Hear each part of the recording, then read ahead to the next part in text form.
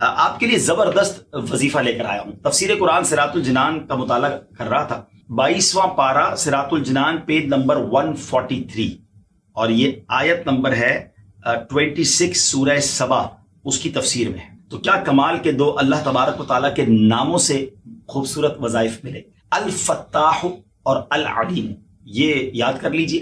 علامہ اسماعیل حقی رحمۃ اللہ تعالی فرماتے ہیں الفتاح، یہ اسم مبارک کا خاصہ یہ ہے کہ اس کی برکت سے مشکلات آسان ہو جاتی ہیں، دل روشن ہو جاتا ہے اور کامیابی کے اسباب حاصل ہو جاتے ہیں. نماز فجر کے بعد جس نے سینے پر ہاتھ رکھ کر 71 ٹائمز اس اسم کو یعنی یا فتاحو یہ پڑھا تو اس کا دل پاک اور منور ہو جائے گا، اس کا کام آسان ہو جائے گا اور اس کی برکت سے رزق میں بھی وسعت ہوگی. اور دوسرا ہے العلیم، اس اسم مبارک کا خاصہ یہ ہے کہ اس کا ورد کرتے رہنے والے کو علم اور معرفت حاصل ہوگی. یہ بھی پڑھتے رہا کریں العلیم العلیم العلیم. اللہ تعالیٰ مجھے اور آپ کو اپنے ناموں کا اور اپنا ذکر کرنے کی توفیق عطا فرمائے. اگر کوئی چاہتا ہے کہ میں صبح و شام اللہ کی رحمت میں رہوں، گھر سے نکلوں حفاظت رہے، کاروبار میں پہنچوں برکت ملے، کسی آفت مصیبت ناگہانی پرابلم سے بچ جاؤں، اگر درود پاک آپ پڑھتے رہیں گے اور رحمت الہی برستی رہے گی، آپ کے پروجیکٹ پر بھی رحمت برسے گی، آپ پر بھی برسے گی، رزق میں بھی برکتیں نازل ہو جائیں گی. یہاں تک تو یہ حدیث بڑی کمال کی ہے، بیوٹیفل کیلکولیشن. مگر اب جو اگلا پارٹ ہے، جو میں نے شروع میں ایک بات کہی تھی کہ عاشق رسول کی تو یہ خواہش ہے نا کہ آقا اپنے ساتھ جنت میں لے جائیں، آقا کے پیچھے پیچھے ہم جنت پہ چلے جائیں. مگر سنو نبی پاک نے کیا اعلان فرمایا. نبی پاک فرماتے ومن صلی علیہ الفا، جس نے مجھ پر 1000 بار درود پاک پڑھا، زحمت کتفہ کتفی علی باب الجنہ، آقا فرماتے ہیں اس کا کاندھا میرے کاندھے سے جنت کے دروازے پر چھو رہا ہوگا. اٹ مینز نبی پاک اپنے ساتھ جنت میں لے جائیں گے، آقا کے ساتھ جنت میں داخلہ ہوگا جو 1000 بار درود پاک پڑھنے والا ہوگا. تو اے میرے میٹھے اسلامی بھائیوں، خدا را اپنی عادت بنائیں کہ چلتے پھرتے اٹھتے بیٹھتے درود پاک کی کثرت کرتے رہا کریں. اللہ پاک مجھے بھی کثرت سے درود پاک پڑھنے والا بنا دے اور آپ کو بھی یہ سعادت نصیب فرمائے. آئیے مل کر محبت کے ساتھ با آواز بلند درود پاک پڑھیں. صلو علی الحبیب صلی اللہ تعالی علی محمد صلی اللہ علیہ وسلم.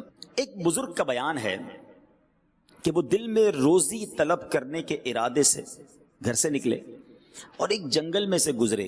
ایک بیابان دیکھا، سناٹے والی جگہ دیکھی اور وہاں ایک لومڑی کو دیکھا. وہ لومڑی بڑی فربا تھی، ترو تازہ تھی، لیکن کمال یہ تھا فریش فیل ہو رہی تھی، تازہ فیل ہو رہی تھی، مگر نہ اس کے ہاتھ پیر تھے اور نہ اس کی آنکھیں تھیں، اندھی بھی تھی. تو یہ حیران ہو گئے کہ جب اس کے پیر بھی نہیں ہیں، چل نہیں سکتی، دیکھ نہیں سکتی، تو کھانا کدھر سے آتا ہے؟ بیابان بھی ہے، کوئی جگہ بھی نہیں، کھلانے والا بھی کوئی نہیں. تو سوچنے لگے کہ اللہ تبارک و تعالیٰ نے اس کے کھانے پینے کا انتظام کیا کیا ہے، میں ذرا غور سے دیکھتا ہوں. اب جناب دل میں سوچ ہی رہے تھے کہ اچانک زمین شق ہوئی. زمین کے اندر سے 2 پیالے برآمد ہوئے، ایک پیالہ دودھ کا اور ایک پیالے میں شہد بھرا ہوا تھا. کہا اچھا اللہ نے ایسا انتظام کیا، لیکن یہ پیے گی کیسے؟ دیکھ بھی نہیں سکتی، آگے جا کر اس کو کیسے پیے گی؟ ابھی یہی سوچ رہے تھے کہ دیکھا کہ قریب پہاڑ سے ایک نہایت خوبصورت بزرگ جو ہے وہ نیچے تشریف لائے اور ان دونوں پیالوں کو اٹھایا اور لومڑی کے پاس لے گئے اور جا کے لومڑی کو پلا دیا. جب وہ نورانی بزرگ واپس جانے لگے تو یہ جو بزرگ تھے جو روزی کی تلاش میں نکلے تھے، انہوں نے پکڑ لیا. کہا حضرت یہ بتائیں آپ ہیں کون؟ یہ کون سی ڈیوٹی ہے آپ کی کہ آپ اتنا دور سے آئے اور اس لومڑی کو یہ 2 پیالے پلائے آپ نے؟ تو وہ جو بزرگ تھے نورانی چہرے والے کہتے میں ایک فرشتہ ہوں اور اللہ کریم نے میری یہ ڈیوٹی لگائی ہے، یہ خدمت میرے سپرد کی ہے کہ روز صبح و شام یہاں آؤں اور اس لومڑی کو پیٹ بھر کر غذا کھلاؤں. ایک لومڑی کو غذا پہنچانے کا انتظام یہ تھا. اچھا اب وہ بزرگ سوچنے لگے کہ جب اللہ پاک لومڑی کو اتنا زبردست انتظام دے سکتا ہے تو مجھے کیا ضرورت ہے پھر روزی کمانے کی؟ میں بھی اللہ اللہ کرتا ہوں، میں بھی عبادت کرتا ہوں، پھر کاروبار اور نوکری اور اتنی محنت کرنے کی کیا ضرورت ہے؟ انہوں نے جناب ایک کنارہ پکڑا، ایک چشمے کے کنارے چلے گئے اور نماز اور روزے میں مشغول ہو گئے. دن رات عبادت نان اسٹاپ. 7 دن گزر گئے. آفٹر 7 days کوئی رزق نہیں پہنچا، کوئی کھانا لے کر نہیں آیا. بالکل نڈھال ہو گئے, نیئر ٹو انکانشیسنس, بے ہوشی کے قریب پہنچ گئے. اب جناب انہوں نے دعا کی کہ اے اللہ اپنی رحمت سے مجھے بھی کوئی لقمہ غذا عنایت فرما دے. 7 دن ہونے کو آئے, مجھے اب بھوک برداشت کرنے کی طاقت نہیں ہے, یا پھر میری روح قبض فرما لے. اب اللہ تبارک و تعالیٰ کی طرف سے جواب ملا کہ اے میرے بندے, اپنے ہاتھ پیر کو حرکت دے اور روزی طلب کر, میں تجھے تیرا رزق عطا کروں گا. خود بھی کھا اور محتاجوں کو بھی کھلا. اگر اس حالت میں اس پہاڑ پر 70 برس تک بھی بیٹھا رہا تو میں تجھے غذا کا ایک دانہ بھی نہیں دوں گا. اس وقت ان بزرگ کی آنکھیں کھلی اور پہاڑ سے اتر کر تلاش معاش میں مصروف ہو گئے. جو کچھ کماتے آدھا خود کھاتے, آدھا غریبوں کو کھلاتے, محتاجوں کو کھلاتے. اے میرے میٹھے اسلامی بھائیو, اس واقعے سے ہمیں سبق کیا ملتا ہے؟ 2 باتیں ملتی ہیں کہ اللہ پاک نے سب کی روزی کا انتظام لکھ رکھا ہے, سب کا انتظام موجود ہے, سب تک روزی پہنچتی ہے. اور انسانوں کے لیے ضروری کیا ٹھہرا کہ وہ کوشش بھی کریں, توکل ضرور کرنا ہے, مگر توکل اس چیز کا نام نہیں ہے کہ بندہ ہاتھ پہ ہاتھ رکھ کے بیٹھ جائے کہ جناب گھر پہ روزی روزہ ہر مہینے آ جائے گی. اسباب بھی تو اللہ کریم نہیں بنائے نا. سبحان اللہ. حضرت انس بن مالک فرماتے ہیں کہ ایک بار نبی پاک علیہ الصلوۃ والسلام کی خدمت میں حاضر ہوا تو میں نے عرض کی یا رسول اللہ صلی اللہ تعالی علیہ وسلم, میرے ساتھ ایک اونٹ ہے, میں اسے باندھ کر اللہ پر توکل کروں یا یوں ہی چھوڑ دوں؟ تو ارشاد فرمایا پہلے اس کو باندھ لو پھر توکل کرو.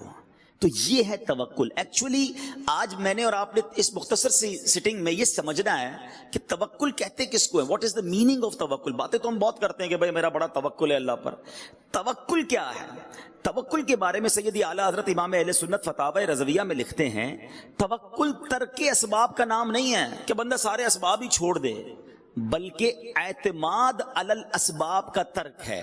تھوڑا سا فرق ہے اس میں. مثال کے طور پہ کوئی بندہ یہ کہے کہ جناب پیسے ہوں گے نا تبھی سارے کام ہوں گے. میری دکان کی حفاظت اس لیے ہوتی ہے کہ میں نے بڑا زبردست تالا لگایا ہوا ہے, میں نے 2 گارڈ بھی بٹھائے ہوئے ہیں, میں نے جناب اپنی آفس یا اپنی فیکٹری پہ آگ بجھانے کے آلے ایسے لگا دیے ہیں کہ اب آگ بگاڑ نہیں سکتی کچھ. یہ کیا ہوا؟ یہ یقین یہ ہو گیا کہ یہ اسباب کی وجہ سے ہو رہا ہے. پیسے ہیں تو ہو رہا ہے, تالے ہیں تو حفاظت ہو رہی ہے. نہیں, تالے لگانے ہیں, آگ بجھانے کا انتظام بھی کرنا ہے, روزی بھی کمانی ہے, مگر اللہ چاہے گا تو حفاظت ہوگی.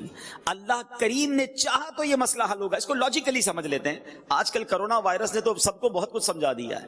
ایک ایسا جراثیم یا ایک ایسا جناب کیا کہیں اس کو وائرس جو نظر نہیں آتا مگر ساری دنیا کو لاک ڈاؤن کر دیا ہے. پچھلے دنوں مجھے کال آئی یو اے ای سے, ہمارے جاننے والے تھے, ان کے چچا کو کرونا ہو گیا.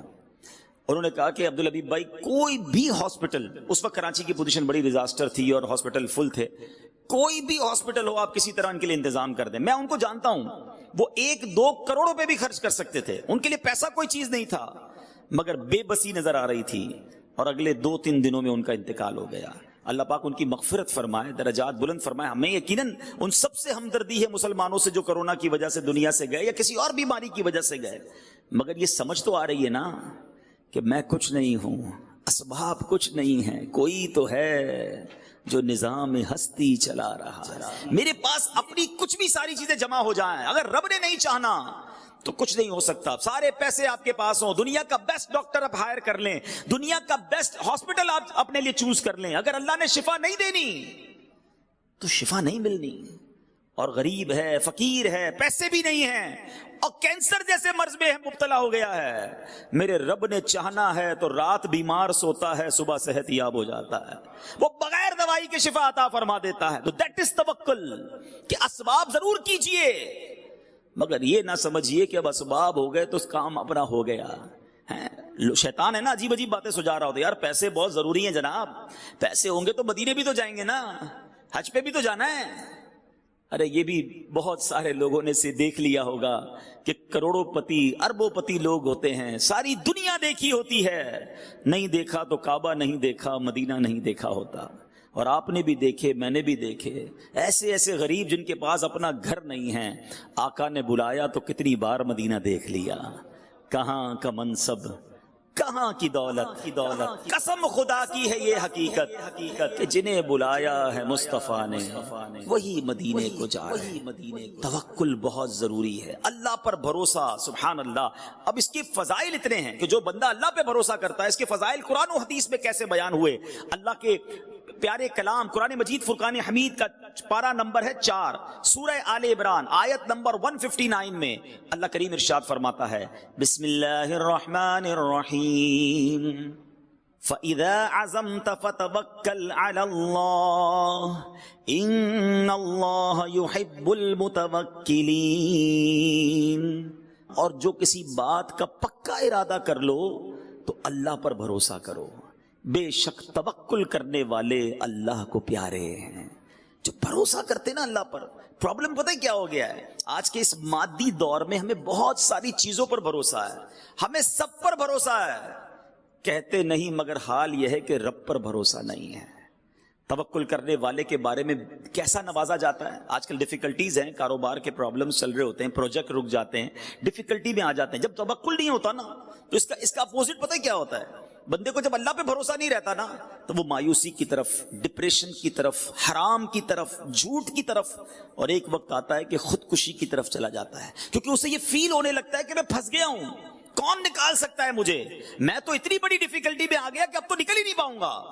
یہ وہ سٹیج ہوتا ہے جب توکل کی حاجت ہوتی ہے۔ بندے کو رب پہ بھروسہ ہو کہ میں کتنا ہی کمزور سہی، مصیبت کتنی بڑی سہی، ارے مجھے لگ رہا ہے میں نہیں نکل سکوں گا، مگر میرا خالق وہ ہے جو ان اللہ علی کل شیء قدیر ہے، اس کے لیے مشکل کچھ بھی نہیں ہے، وہ کن فرماتا ہے تو فیکون ہو جاتا ہے۔ میری مشکل اس کے لیے کیا ہے؟ لیکن پرابلم یہ ہے کہ ہم اللہ پر بھروسہ نہیں کرتے۔ حدیث پاک سنیے، نبی پاک علیہ الصلوۃ والسلام فرماتے ہیں، اور یہ ترمذی شریف کی حدیث ہے، اللہ کے نبی فرماتے ہیں اگر تم اللہ پر اس طرح بھروسہ کرو جیسا اس پر بھروسہ کرنے کا حق ہے، یہ بات ہے کہ جیسا حق ہے، جس لیول کا بھروسہ کرنا ہے، اس کو اپنا خالق مالک سب کچھ جاننا ہے، پھر ملے گا کیا؟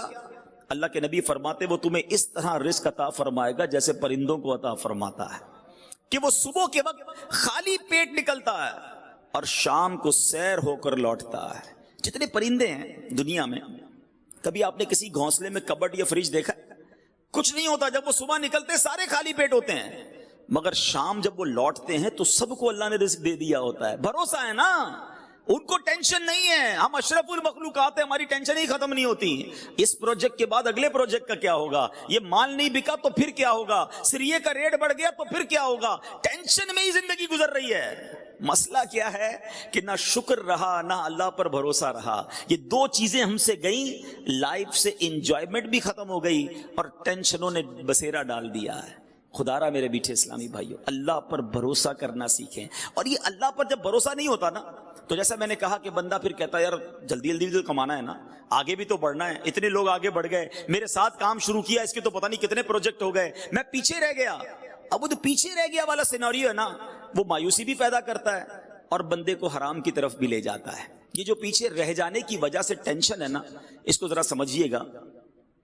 ایک بادشاہ تھا اور اس بادشاہ کے پاس بڑا پیسہ، ظاہر ہے بادشاہ تو بادشاہ ہی ہوتے ہیں، بہت پیسے ہوتے ہیں، مگر اسے نیند نہیں آتی تھی، رات کو سوچتا ہی رہتا تھا، ٹینشنیں رہتی تھی۔ اس نے اپنے وزیر کو بلایا، کہتا میں رات کو جب سوتا ہوں مجھے ٹینشن رہتی ہے، نیند نہیں آتی، فریش نہیں ہوتا، میں جب بھی کھڑکی کھول کے باہر اپنے خادموں کو دیکھتا ہوں، غلاموں کو دیکھتا ہوں، بڑے مزے سے سو رہے ہوتے ہیں، ہنس کھیل رہے ہوتے ہیں، ان کے چہرے پہ کوئی ٹینشن بھی نہیں ہے، میرے پاس بہت کچھ ہے اور ٹینشن ہے، ان کے پاس کچھ بھی نہیں پھر بھی فریش ہے۔ کہ بادشاہ سلامت اس کو سمجھنے کے لیے آپ کو 99 نمبر والا فارمولا یوز کرنا ہوگا۔ اب ذرا آج سارے بلڈر بھائی یہ فارمولا سمجھ جاؤ۔ اس نے بادشاہ کے غلام کو بلایا کہ ذرا قریب آؤ، اور بادشاہ سلامت سے کہا کہ ذرا 100 اشرفیوں کا ایک انعام کی تھیلی مجھے دیں۔ 100 اشرفیاں، اٹ مینس 100 گولڈ کوئنز، سونے کی اشرفیاں۔ بادشاہ سے وہ تھیلی لی اور اس میں سے ایک کوئن اس نے نکال کر جیب میں رکھ لیا، ایک اشرفی، اور 99 کا تحفہ اس غلام کو دیا کہ جاؤ تمہیں بادشاہ نے 100 اشرفیوں کا تحفہ دیا۔ وہ تو بہت خوش، کبھی زندگی میں اتنی اشرفیاں نہیں دیکھی تھی، دوڑا دوڑا گھر گیا، گھر والوں کو بتایا مبارک ہو، کیا ہوا، بادشاہ سلامت نے 100 اشرفیاں دی ہیں، اور کمال ہو گیا، اپنے تو دل پھر گئے، سارے گھر والے خوش، ایوری بڈی بیکم ہیپی۔ تھوڑی دیر بعد جب بہت خوش ہو گئے, بڑا انجوائے کیا, کھانا بھی بڑا اچھا لگا. آپ کا بھی جب ڈیل اچھی ہوتی ہے اس دن کھانا بھی بڑا اچھا لگتا ہے, پتہ ہے بندہ اس دن فروٹ بھی گھر والوں کے لیے لے کے جاتا ہے, ارے آج ڈیل بڑی اچھی ہوئی ہے, سودا پلاٹ بڑا کمال کا بکا ہے.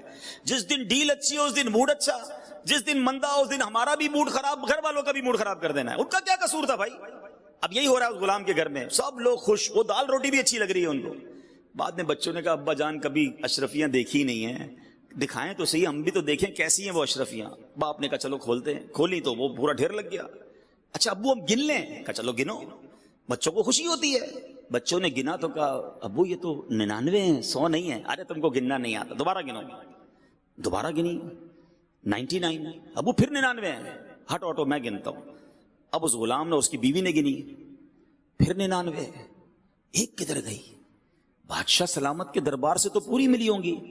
اب بیوی کہتی ہے تم سے سنبھلتی نہیں کوئی چیز, اتنی بڑا تحفہ ملا تو یہ تھیلی نہیں سنبھال سکے. اتنی قیمتی ایک اشرفی کی قیمت پتہ ہے تمہیں؟ کبھی زندگی میں دیکھی تھی؟ وہی گرا کے آ گئے. اور بیٹی کہتی نہیں امی ابو یہیں کسی دراز کے نیچے, کبٹ کے نیچے گر گئی ہوگی. اب جناب اس گھر کی کرسیاں اٹھیں, درازیں اٹھیں, پلنگ اٹھی, ہنگامہ, ساری رات اشرفی ڈھونڈتے رہے اور لڑائی ہوتی رہی. تم نے کھو دی, شرمندہ کرتے رہے, ڈانٹتے رہے شوہر کو. صبح وہ غلام جب واپس بادشاہ کے دربار میں گیا تو آنکھیں سوجی ہوئی, لال. جو روز بڑی پکی نیند سوتا تھا وہ بادشاہ کے دربار میں آیا. وزیر نے بلایا, ادھر آؤ, تمہاری آنکھوں کو کیا ہوا؟ بادشاہ بھی بیٹھا. کہ ہوا یہ صاحب کہ وہ رات اشرفیاں تو لے کر گیا, ساری رات گھر میں لڑائی ہوتی رہی, اشرفی ایک کھو گئی ہے. وزیر نے وہ جیب سے اشرفی نکالی, اس غلام کو دی کہ یہ میرے پاس تھی, معاف کر دینا, لے جاؤ. وہ تو چلا گیا. اب اس وزیر نے بادشاہ کو معاملہ سمجھایا. بیسیکلی یہ ہم سب کے لیے درس ہے. اس نے کہا بادشاہ سلامت, مسئلہ یہ ہے کہ آپ کے پاس بہت کچھ ہے, مگر جو ایک نہیں ہے نا, آپ اس کی ٹینشن میں زندگی گزار رہے ہیں. ہم جتنے یہاں بیٹھے ہیں نا, ہم سب کے پاس لاکھوں نعمتیں ہیں, مگر اس کا شکر نہیں ہے, اس کی انجوائمنٹ نہیں ہے, اس کا اللہ کی بارگاہ میں کوئی جس کو کہے گریٹیٹیوڈ نہیں ہے کہ مالک تیری مہربانی تو نے اتنا کچھ دیا. سارے ٹینشن میں اس بات کے جو ایک اشرفی نہیں ہے. اس ایک اشرفی نہ ہونے کی وجہ سے ہمارے موڈ آف ہیں, ہمارے سر پر ٹینشن ہے. کوئی شوگر کا مریض, کوئی بلڈ پریشر کا مریض, وہ کہتا ہے یار آگے کب بڑھوں گا. ارے جو دیا اس پر شکر کب کرو گے؟ اللہ نے تمہیں کروڑ سے اچھا بنایا ہے, کبھی ہم نے اس پر انجوائے کیا؟ میں آپ کو ایک مشورہ دیتا ہوں, 99 نہیں ہے, 99 اشرفی ہیں آپ کے پاس. کبھی کاغذ قلم لے کر چلے, کاغذ قلم نہیں تو موبائل کا نوٹ پیڈ کھول کر لکھیے گا اللہ نے دیا کیا کیا ہے مجھے, تب پتہ چلے گا کہ آنکھیں دی ہیں اندھا نہیں بنایا, کان دیے ہیں بہرا نہیں بنایا, زبان دی ہے گونگا نہیں بنایا, ہاتھ دیے ہیں ٹوٹا نہیں بنایا, پیر دیے لنگڑا نہیں بنایا, مجھے 2 گردے پورے دیے, ڈائلسس کا مریض نہیں جناب. میرے دل میں سوراخ نہیں, بچے سوراخ لے کر دل میں پیدا ہو رہے ہیں. بریتھنگ کوئی پرابلم نہیں, خدا کی قسم. اب سانس کی ویلیو کیا ہے کورونا وائرس نے لوگوں کو بتایا. میسج آتے ہیں کہ کسی طرح سب کچھ لے لو, میری سانس آسانی سے آ جائے. یہ جو آکسیجن لیول کم ہوتا ہے, انسان کو لگ پتا جاتا ہے کہ کتنی بڑی نعمت سانس اندر لینا اور سانس باہر نکالنا ہے. سوچو تو صحیح, اولاد دی, زوجہ دی, ماں باپ دیے, گھر دیا, عزت دی, مسلمان بنایا. لکھتے جاؤ گے ختم ہو جائے گی لسٹ. اللہ نے اتنا کچھ دیا, پھر بھی چین نہیں ہے, پھر بھی شکر نہیں ہے, پھر بھی توکل نہیں ہے. کب شکر ادا کرو گے؟ وہ ایک اشرفی جو نہیں ہے, وہ والی گاڑی ملے گی تو زندگی کا مزہ آئے گا, وہ والا پلاٹ لوں گا تو زندگی کا لطف آئے گا, اس ملک کو وزٹ کروں گا تب جناب زندگی پوری ہوگی. ارے جو ہے اس پر انجوائے کب کرو گے, اس پر شکر کب ادا کرو گے؟ خدا را اللہ پر بھروسہ کرنا سیکھو اور اللہ سے محبت کرنا سیکھو. اور رب سے محبت کا تقاضا یہ ہے کہ جو دیا ہے اس کا شکر تو ادا کرو نا.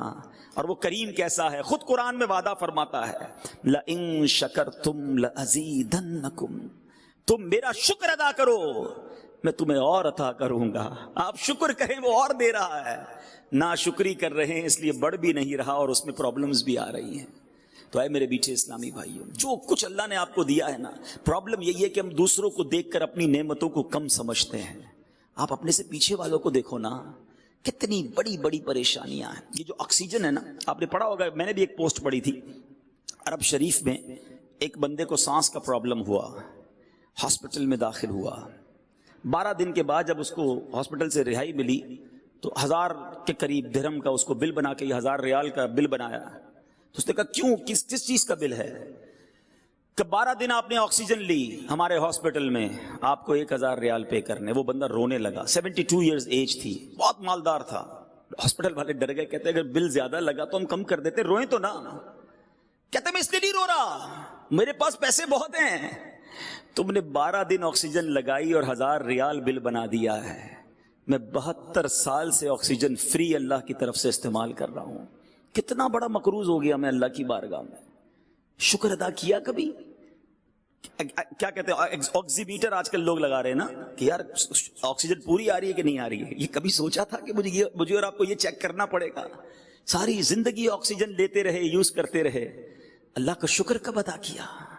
اور جب تک یہ اللہ سے محبت والا معاملہ ڈسٹرب ہو جاتا ہے نا, جب یہ ڈسٹرب ہوتا ہے, توکل ڈسٹرب ہوتا ہے, تو پھر کیا ہوتا ہے کہ پھر بندہ حرام کی طرف چلا جاتا ہے. اللہ پر بھروسہ تو رہا نہیں, کدھر سے بھی آتا ہے پکڑ لو, اور اس حرام کی روزی کی وجہ سے پھر انسان بربادی کی طرف جاتا ہے. عاشق اکبر ہیں, افضل البشر بعد الانبیاء بالتحقیق, تمام انبیاء اور رسل کے بعد کائنات کی سب سے افضل ہستی ہیں. غلام نے دودھ پیش کیا, آپ نے دودھ پیا. غلام نے عرض کی حضور میں جب بھی آپ کے سامنے کوئی چیز لاتا تھا آپ ہمیشہ پوچھتے تھے کدھر سے لائے ہو, آج پوچھا نہیں آپ نے. فرمایا جلدی بتاؤ کہاں سے لائے ہو. کہ حضور مسئلہ یہ تھا کہ میں زمانہ جاہلیت میں نے ایک بیمار پر منتر پڑھ کر پھونکا تھا, آج اس بندے نے مجھے اس کے بدلے یہ دودھ دیا ہے. اللہ اکبر. صدیق اکبر رضی اللہ عنہ کو پتا چلا کہ جو دودھ مجھے پلایا اس نے تو حرام طریقے سے لیا ہے. اب آپ نے کیا کیا؟ آپ حالانکہ آپ کی اس میں غلطی نہیں تھی, معلوم بھی نہیں تھا, مگر آپ نے اپنے منہ میں انگلی ڈالی اور کہہ کی دودھ نکالا, اور پھر اللہ کی بارگاہ میں بڑی عاجزی کے ساتھ عرض کی, یا اللہ جس پر میں قادر تھا وہ میں نے کر دیا, اس دودھ کا تھوڑا حصہ جو میری رگوں میں رہ گیا اے اللہ اسے اب تو معاف فرما دے. یہ تقویٰ ہے اللہ والوں کا کہ کوئی ذرہ بھی حرام کا ہماری روزی میں شامل نہ ہو, ہماری غذا میں شامل نہ ہو. اے میرے بلڈر بھائیوں, تعمیرات کرنے والوں, آپ کو اللہ پاک نے بڑا مرتبہ دیا ہے. اگر سچے طریقے سے آپ کام کریں تو یہ کوئی چھوٹا کام نہیں ہے. سنو, ایک بار نبی پاک علیہ الصلوۃ والسلام کی بارگاہ میں کچھ لوگ حاضر تھے. ایک شخص نے عرض کی یا رسول اللہ صلی اللہ تعالی علیہ وسلم میں سلائی کا کام کرتا ہوں. نبی پاک نے فرمایا اگر دیانت داری کے ساتھ کام کرو گے تو حضرت ادریس کے ساتھ جنت میں داخل ہوگے. ایک شخص نے کہا حضور میں معمار ہوں. سنو بلڈروں, تعمیر کرنے والوں, وہ بھی بلڈر تھا, گھر بنانے والا تھا. کہتا حضور میں گھر بناتا ہوں, معمار ہوں, بلڈر ہوں. نبی پاک نے فرمایا اگر تو نے صحیح طریقے سے ایمانداری سے کام کیا نا تو حضرت ابراہیم علیہ السلام کے ساتھ جنت میں داخل ہوگا. حضرت ابراہیم نے کعبے کی تعمیر کی تھی نا. اے گھر بنانے والوں, عمارتیں بنانے والوں, سچ بولنا, دھوکہ نہ دینا, اسی کاروبار سے انشاءاللہ جنت میں پہنچ جاؤ گے. اللہ کے حبیب نے فرمایا اگر ایمانداری سے کام کرو گے تو حضرت ابراہیم کے ساتھ جنت میں داخل ہوگے. آگے سنو, تجارت کرنے والے بیٹھے ہیں, بزنس کمیونٹی کے لوگ یہاں بیٹھے ہیں اور مجھے مدنی چینل پر بعد میں سنیں گے. اللہ کے حبیب علیہ الصلوۃ والسلام سے ایک شخص نے عرض کی حضور میں تجارت کرتا ہوں, بزنس مین ہوں. نبی پاک علیہ الصلوۃ والسلام نے فرمایا اگر تو نے ایمانداری سے کام کیا تو میرے ساتھ جنت میں داخل ہوگا. تو یہ ہے اسلام ڈسکریج نہیں کرتا کاروبار کرنے کو, پیسے کمانے کو, لیکن سچ بول کر کرے نا. جھوٹ بول کر, دھوکہ دے کر کسی طرح بس پیسے آ جائیں, گاہک کا بیڑا غرق ہو, کسٹمر کو خراب مال ملتا ہو تو مل جائے, اپنی بکنگ ہونی چاہیے, اپنا سودا بکنا چاہیے.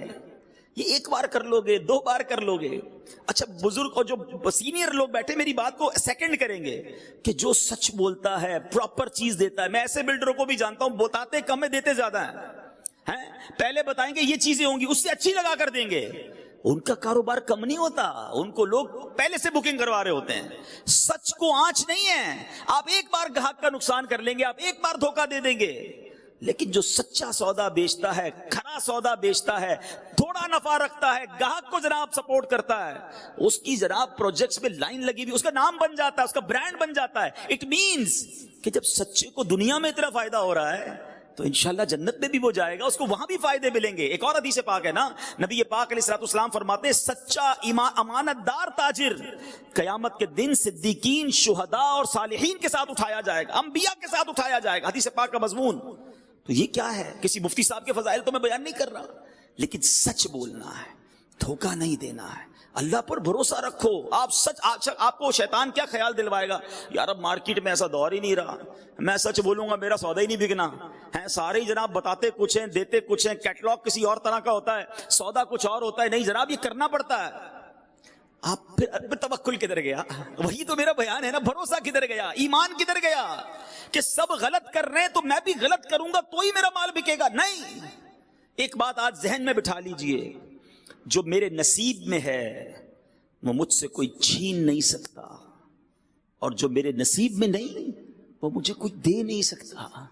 تو جو آپ کے مقدر میں نا وہ آپ کے گھر تک پہنچے گا. آپ صبر تو کریں, سچ بولیں, دھوکہ نہ دیں, حلال کا ذہن رکھیں. اور سبحان اللہ, حلال روزی کدھر پہنچاتی ہے انسان کو. حضرت سعد بن ابی وقاص رضی اللہ تعالیٰ عنہ نے ایک بار نبی پاک سے ایک سوال کیا. سوال سنیے گا, شاید یہ آپ سب کے دل کا سوال ہوگا.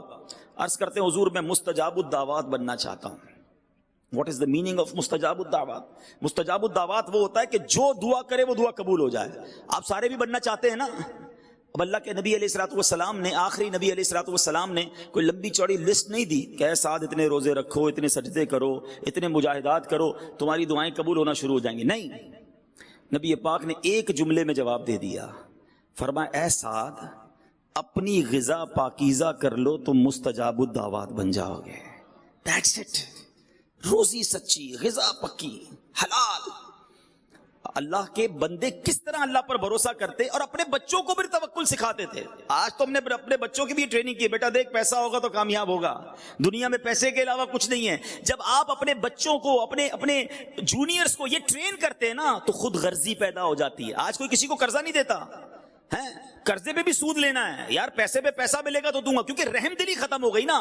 مائنڈ سیٹ یہ بن گیا کہ پیسہ ہی ہوگا تو سب کچھ ہوگا. پہلے تو یہ ذہن سے نکال دو, اگر پیسے سے ہی خوشیاں ملتی ہوتی تو کوئی امیر پھر غم زدہ نہ ہوتا, کسی امیر کو کوئی ٹینشن ہی نہ ہوتی. ہم تو دعوت اسلامی کا شعبہ یہی رکھتے ہیں, بزنس کمیونٹی اور پرسنالٹی سے ملتے. یقین کریں آپ بھی یہاں بیٹھے ہیں, آپ کو بھی تجربہ ہوگا. بڑے بڑے مالدار جب اکیلے میں مل کر اپنی پوزیشن بتاتے ہیں, اپنے مسائل بتاتے ہیں, تو بندہ حیران ہو جاتا ہے کہ یار اتنا دکھی ہے, اس کے گھر میں اتنے مسائل ہیں. تو پیسے سے غم دور نہیں ہوتے, اللہ چاہے تو خوشیاں ملتی ہیں. حضرت احمد بن حرب رحمۃ اللہ تعالی, اپنی آخری بات کر کے گفتگو ختم کرتا ہوں تاکہ ہم خود بھی توکل کریں, اپنے بچوں کو بھی توکل سکھائیں. آپ کے بارے میں آتا ہے کہ آپ نے اپنے بچے کی کمال کی ٹریننگ کی. بچے کو کہا جب بھوک لگے, گھر میں ایک بڑا سا یوں سمجھے کہ کھڑکی تھی, تو آپ نے بچے سے یہ کہا کہ بیٹا جب تمہیں کھانا کھانا ہونا تو اس کھڑکی کے پاس جا کر اللہ سے دعا کرنا کہ یا اللہ مجھے کھانا دے دے, یا اللہ مجھے روزی دے دے. تمہیں کھانا اس کھڑکی سے مل جایا کرے گا. اور اپنی زوجہ سے کہا کہ جب کھانے کا وقت ہو تو کھڑکی پہ پیچھے سے کھانا رکھ دینا. بیٹا روز جاتا, کھانے کا وقت ہوتا کہ یا اللہ مجھے کھانا دے دے. بیوی ان کی والدہ جو تھی وہ پیچھے سے تھالی رکھ دیتی, وہ کھانا اٹھاتا. اس کو بچپن سے یہ فیل کروایا جا رہا تھا کہ روزی دینے والی ذات رب کائنات کی ہے. وہ بیٹا یہی کرتا رہا, یہی کرتا رہا. ایک دن ان کی بیٹی, ان کی جو زوجہ تھی, وہ گھبرائے ہوئے حضرت احمد بن حرب کے پاس آئی کہ آج تو کمال ہو گیا. کیا ہوا؟ کب آج کھانے کا ٹائم ہوا میں لیٹ ہو گئی. جب میں دوڑی دوڑی وہاں گئی تو دیکھا بچہ خود ہی کھانا کھا رہا ہے. میں نے کہا بیٹا یہ کھانا کہاں سے آیا؟ کہا روز اللہ بھیجتا ہے, آج بھی اللہ کی طرف سے آیا. تو حضور یہ بتائیں آج کا کھانا کدھر سے آیا؟ تو حضرت احمد بن حرب کہتے ہیں مجھے اسی دن کا انتظار تھا. اب تم نے کھانا نہیں رکھنا, اب اللہ قریب اسے اپنے غیب کے خزانوں سے عطا فرمائے گا. جب لیول آف توکل یہ ہوتا ہے نا تو غیب کے در کھلتے ہیں, رزق کے دروازے کھلتے ہیں. اللہ کریم نے قرآن میں وعدہ فرمایا ہے جو اللہ سے ڈرے اللہ اس کے لیے نجات کا راستہ نکالے گا اور اسے وہاں سے روزی دے گا جہاں اس کا گمان بھی نہیں جائے گا. جو اللہ پر بھروسہ کرے اللہ اس کے لیے کافی ہے. تو آج میں اپنے بلڈر بھائیوں سے یہی گزارش کروں گا کہ اپنی روزی کو حلال کرنا ہے, کبھی کسی کو دھوکہ نہ دیں. میں یہ بھی چاہوں گا, بلڈنگ کے اور تعمیرات کے معاملات کے مسائل بھی بڑے پیچیدہ ہیں, بڑے ٹپیکل ہیں. آپ اپنے اس پورے بزنس کو الحمدللہ دعوت اسلامی آپ کو آفر کرتی ہے کہ دارالفتہ اہل سنت سے رابطہ کیجیے اور چیک کروائیے. بعض اوقات ڈیل کرنے میں, سودا کرنے میں, بالخصوص بلڈر کو اپنی زکوٰۃ کیسے ادا کرنی ہے, ایک بہت بڑا مارکت الارا مسئلہ ہے کہ اتنا بڑا پروجیکٹ بن رہا ہے, کس رقم پر زکوٰۃ نکالنی ہے, 5 سال میں پیسے آنے ہیں. تو اب کیا 5 سال کی زکات ابھی نکلے گی یا بعد میں نکلے گی؟ ساری چیزیں کبھی آپ کو فکر مند کیا کسی نے؟ ٹیکس کب ہوگا اس کے ٹینشن تو ہے کہ یار اتنا بڑا پروجیکٹ لوں گا، اس کی وائٹ منی کتنی ہوگی، ٹیکس کتنا دینا پڑے گا؟ کبھی یہ سوچا کہ زکات کتنی دینی پڑے گی؟ اس کے لیے کس مفتی صاحب سے آپ نے رابطہ کیا؟ تو پلیز، زکات مال کا میل ہے، اتنا بڑا پروجیکٹ بنا لیا اور مال کا میل بھی اسی میں رکھ دیا، یہ پورے مال کو میلا کر دے گا۔ یہ تو میں نے ایک بات کی آپ سے، اور پھر ایسی بہت ساری چیزیں ہوتی ہیں جو کلیئر نہیں ہوتی، ہر چیز کرسٹل کلیئر کیا کریں۔ شریعت کا ایک اصول یاد کریں، کاروبار میں ایسی ڈیل کرو کہ جو تنازع کی طرف نہ لے جائے، جھگڑے کی طرف نہ لے جائے، کوشش کریں ہر چیز کلیئر ہو، مگر اتنی چیزیں ہائیڈ ہوتی ہیں۔ جیسے مثال دیتا ہوں، یہ جو ہمارا ایک اصول ہے کہ گراس ایریا اور کارپیٹ ایریا، یہ نیٹ ایریا، بعض بیچاروں کو پتہ ہی نہیں ہوتا، وہ سمجھتے ہیں ہم نے 1500 اسکوائر فٹ کا فلیٹ خریدا ہے، خوشی خوشی جب جس دن چابی ملتی ہے تو پتہ چلا اندر سے 1100 اسکوائر فٹ، باقی کدھر گیا بھائی؟ باقی تو گراس ہوتا ہے، لفٹ کا بھی ہے تو سیڑھی کا بھی، پہلے بتاتے نا، آپ لکھ دیں، بڑا بڑا لکھ دیں، کہتے نہیں ہمارے یہاں تو چلتا ہے، آپ کلیئر کر دیں کہ بھائی آپ جس گھر میں رہیں گے وہ اتنے اسکوائر فٹ کا ہوگا، کاغذات آپ کو 1500 اسکوائر فٹ کے ملیں گے اور اس میں ہماری یہ چیزیں شامل ہیں۔ ہر بندہ نہیں جان رہا ہوتا اور وہ بیچارہ بعض اوقات ہو سکتا ہے آپ سے الجھتا بھی ہو۔ تو شریعت کا کہنا یہی ہے کہ مجہول نہیں ہونا چاہیے، کلیئریفائی کریں، کرسٹل کر دیں۔ بالکل اسی طرح ایک اور پرابلم یہ ہوتی ہے کہ پیمنٹ شیڈول کلیئر نہیں ہوتا، بہت ساری چیزیں ہڈن ہوتی ہیں، بعد میں کوئی نیا ٹیکس آ جاتا ہے، بھائی ابھی رجسٹری کے پیسے بھی دینے، الیکٹرسٹی کے بھی پیسے دینے، آپ نے جتنے پیسے لینے لے لیں، اس کی منع نہیں ہے، لیکن کلیئر کر دینا، پہلے بتا دیں کہ بھائی آپ نے اس طرح پیمنٹ دینی ہے، پھر قبضے پر یہ پیسے بھی دینے ہیں، وہ بعد میں بتائیں گے۔ اچھا بعد میں بندہ کہے گا میں نے نہیں دینا، تو کیا پلاٹ کینسل کر دو، ویسے ریٹ بڑھ گیا ہوتا ہے، وہ کہتا ہے اچھا بھائی دینے ہی پڑیں گے۔ تو پھنسا کر کیوں بیچنا ہے؟ کیوں چھپا کر بیچنا ہے؟ کیوں ہم نے وہ چھوٹا سا اسٹار لگا کر وہ نیچے سے چھوٹی سی لائن لکھنی ہے؟ بھائی کلیئر بتا دیں، میرے نصیب میں ہوگا تو سودا بکے گا۔ اور یقین کریں سچ بولنے والے کے پاس لوگ زیادہ ہی جاتے ہیں کہ یار یہ جو بات کرتا ہے کھری کرتا ہے، چھپ کے نہیں کرتا۔ لیز بعض اوقات کئی پلاٹس کی ہوتی نہیں، بیچ دیتے ہیں، اچھا بعد میں بتاتے ہیں ابھی لیز نہیں ہوگی۔ تو آپ چھپ چھپا کر چیزیں نہ بیچیں، حلال صاف ستھری ایمانداری سے کام کریں۔ میں نے تو آج آپ کو جنت کا پروانہ بتا دیا ہے کہ معمار بلڈر سچا کام کرے گا، نبی پاک نے فرمایا حضرت ابراہیم کے ساتھ جنت میں جائے گا۔ اللہ کریم مجھے بھی حلال روزی کمانے کی توفیق عطا فرمائے، آپ کو بھی حلال عطا فرمائے۔ میں تو یہ دعا کیا کرتا ہوں، آپ آمین کہہ دو کہ اللہ ہمیں فقط رزق حلال عطا فرما، رزق حرام سے ہمیں اور ہماری نسلوں کو بھی محفوظ فرما۔ وہ حلال بہت دے گا، آپ ہمت تو کر لو، سود کا کاروبار نہ کریں، کوشش کریں رشوت کا کام نہ کریں، کسی طرح کوئی ایسی آمیزش نہ ہو۔ اللہ پاک سچا اور پکا کاروبار کرنے کی توفیق دے، اور جتنے آئے ہیں اللہ آپ سب کے روزی روزگار میں برکت عطا فرمائے۔